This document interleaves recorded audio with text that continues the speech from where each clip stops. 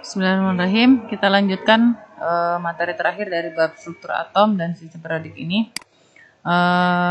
Yang sekarang kita bahas adalah tentang sifat-sifat periodik. Sifat-sifat periodik itu jadi kalau misalnya ini dalam tabel periodik, kecenderungan sifat-sifatnya seperti apa. Nah, sebelumnya kita ingatkan lagi ya. Jadi untuk golongan itu yang seperti ini, yang vertikal, golongan 1A, 2A, 3A, 3A, 4A, 5A, dan seterusnya. Kemudian periode itu ke samping. Periode 1, periode 2, periode 3, periode 4. Seperti itu. Nah, untuk sifat-sifat periodik yang akan kita bahas adalah jari-jari atom, energi ionisasi, logam dan non-logam, keelektronegatifan, afinitas elektron, dan kereaktifan.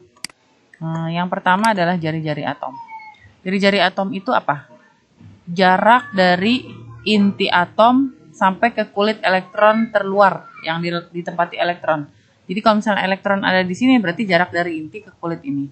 Kalau dia ada di kulit yang kedua berarti jarak dari inti atom ke kulit yang kedua. Ini disebut dengan jari-jari atom. Seperti ini. Ya, misalnya golongan 1A ada litium, natrium, kalium, rubidium, dan cesium. Nah, ini jari-jari atomnya semakin ke bawah itu semakin besar. Ya. Kemudian dalam satu periode 1, periode 2, periode 3, periode 4, periode 5, semakin ke kanan itu jari-jari atomnya semakin kecil. Nah, seperti ini kita nandainnya ya. Ini panahnya ke bawah, yang biru. Panah ini panah ke bawah ini berarti dalam satu golongan. Dalam satu golongan jumlah kulit bertambah, ya kan? Dalam satu golongan 1A misalnya ada periode 1, periode 2, periode 3, 4, 5, dan 6 dan 7. Nah, semakin ke bawah itu jumlah kulitnya semakin bertambah. Maka jari-jari atomnya juga semakin besar. Seperti itu. Kemudian periode ke samping berarti ya. Periode ke samping. Di dalam satu periode berarti ada beberapa golongan di dalam satu periode. Periode 1 misalnya ada hidrogen sama helium di kanan. Periode 2 ada litium gitu kan. Terus ada berilium, kemudian di sebelahnya lagi terus sampai golongan 8. Nah, kecenderungannya jumlah kulitnya sama. Berarti kan kalau dia ada di periode yang sama, jumlah kulitnya sama. Tetapi muatan intinya berbeda. Muatan intinya semakin besar, semakin ke kanan. Kalau golongan 1A, muatan intinya plus 1. Golongan 2A, muatan intinya plus 2. Berarti semakin ke kanan, muatan inti itu semakin besar. Nah, kalau muatan inti semakin besar, maka gaya tarik inti terhadap elektronnya juga semakin kuat. Kalau gaya tariknya semakin kuat, berarti jari-jarinya semakin kecil. Nah, itu artinya dalam satu periode yang jari-jari atomnya paling besar itu adalah yang golongan 1A. Kebalik. Ke sini panahnya, kalau yang makin besar, ke kanan ini makin kecil. Ke kanan semakin kecil nilai jari-jari atomnya. Kemudian yang kedua adalah energi ionisasi. Energi ionisasi itu apa? Energi minimum yang dibutuhkan suatu atom untuk melepaskan satu elektron valensinya dalam wujud gas sehingga membentuk ion positif.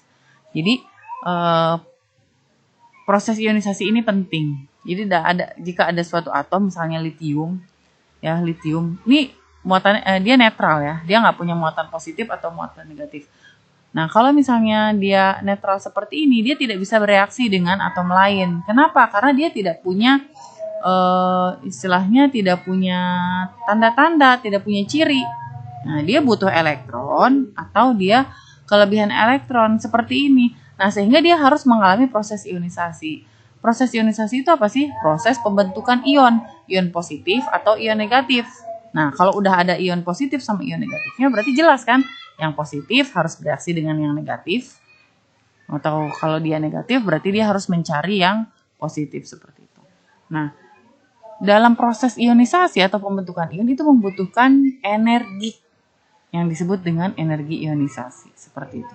Ya, seperti ini. Ketika litium berubah menjadi Li+, ketika litium nggak punya daya tarik, untuk punya daya tarik itu kan dia butuh energi ya. Butuh energi yang dibutuhkan. Ya. Jadi kecenderungannya seperti apa untuk energi ionisasi dalam satu golongan nih panahnya ke bawah. Jumlah kulit bertambah ya. Kalau dalam satu golongan berarti kan jumlah kulit bertambah ya. Jari-jarinya makin besar, tarikan intinya juga makin lemah, maka energi ionisasinya kecil. Kalau tarikannya lemah berarti energi ionisasinya kecil. Berarti dalam satu golongan yang energi ionisasinya nilainya besar berarti ke atas ya, kebalikannya. Ke bawah kecil, ke atas berarti besar. Periode. Kalau satu periode berarti kulitnya sama. Kalau satu periode berarti dia kulitnya sama. Kalau kulitnya sama berarti perbedaannya adalah muatan intinya, gitu kan? Semakin ke kanan makin bertambah. Tadi kita udah dibahas sebelumnya. Tarikan intinya juga makin kuat. Ya, kalau udah kuat berarti kan dia juga sulit lepasnya elektron terluarnya. Berarti energi ionisasinya juga besar. Gitu. Kalau dia punya daya sulit lepas muatan intinya besar, berarti energi ionisasi yang dibutuhkannya juga besar.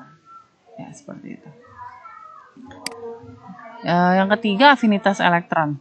Afinitas elektron itu adalah energi yang dihasilkan suatu atom apabila suatu atom tersebut menerima elektron valensi dari atom lain sehingga terbentuk ion positif. Tadi kalau energi ionisasi membentuk ion positif, ya, membentuk ion positif dengan melepaskan elektron. Kalau afinitas elektron itu membentuk ion negatif dengan cara menerima elektron. Bagaimana kecenderungannya? Dia kecenderungannya sama seperti energi ionisasi. Dalam satu golongan dari atas ke bawah nilainya semakin kecil. Dalam satu periode dari kiri ke kanan nilainya semakin besar. Yang keempat, keelektronegatifan. Apa itu? Kecenderungan suatu atom untuk menarik elektron valensi dari atom lain dalam membentuk ikatan. Jadi keelektronegatifan itu nilai atau kecenderungan suatu atom. Atom ini nih bisa bereaksi atau menarik atom lain nggak? Nah, kita lihat dari nilai keelektronegatifan. Misalnya litium nilai elektronegatifnya 0,97. Berilium keelektronegatifannya 1,5, sedangkan fluorin keelektronegatifannya 4,1. Nah, semakin besar nilainya, artinya dia semakin mampu untuk menarik elektron. Ya, untuk menarik elektron. Berarti dalam satu periode dari litium sampai fluorin, ini periode kedua ya, dari litium sampai fluorin, nilai elektronegatifnya yang paling besar adalah fluorin. Ya, seperti itu. Ya, kayak gini, dia sama panahnya. Semakin ke kanan semakin besar, semakin ke bawah dalam satu golongan berarti nilainya semakin kecil. Yang kelima, sifat logam dan non-logam. Logam itu kayak gimana sih ciri-cirinya? Ya, konduktor, ya menghantarkan arus listrik, warnanya mengkilap, keras dan ulet. Sedangkan kalau yang non-logam, non-konduktor, berarti isolator ya, titik didih dan titik lelehnya rendah. Nah, dalam satu golongan sifat logam itu bertambah. Jadi dalam satu golongan dari atas ke bawah itu sifat logamnya bertambah. Nah, kalau dalam periode semakin ke kanan itu semakin non-logam. Berarti yang logam itu yang di kiri ya. Seperti itu. Yang terakhir, kereaktifan. Jadi kereaktifan itu apa ya? Kemampuan reaktif. Dia bisa bereaksi apa enggak? Kemampuan bereaksi ya, kereaktifan itu bergantung kepada kecenderungan melepas atau menerima elektron. Ya, dia makin mudah menerima elektron atau dia makin mudah melepas elektron, ya udah berarti dia makin reaktif. Ya, makin reaktif. Ya, contohnya nih, dalam satu golongan dari atas ke bawah, kereaktifannya bertambah. Berarti dalam satu golongan yang paling mudah bereaksi itu yang bawah, karena dia paling reaktif. Yang atas bisa bereaksi nggak bisa, cuma yang bawah lebih reaktif. Kemudian yang ke kanan, periode berarti ya, dalam satu kulit dari kiri ke kanan, kereaktifan menurun kemudian bertambah. Maksudnya yang lebih reaktif itu yang kiri gitu kan ya. Nah, kalau gas mulia golongan 8A ini tidak reaktif. Kenapa? Karena gas mulia itu gas yang paling stabil. Jadi dia nggak perlu bereaksi lagi seperti itu.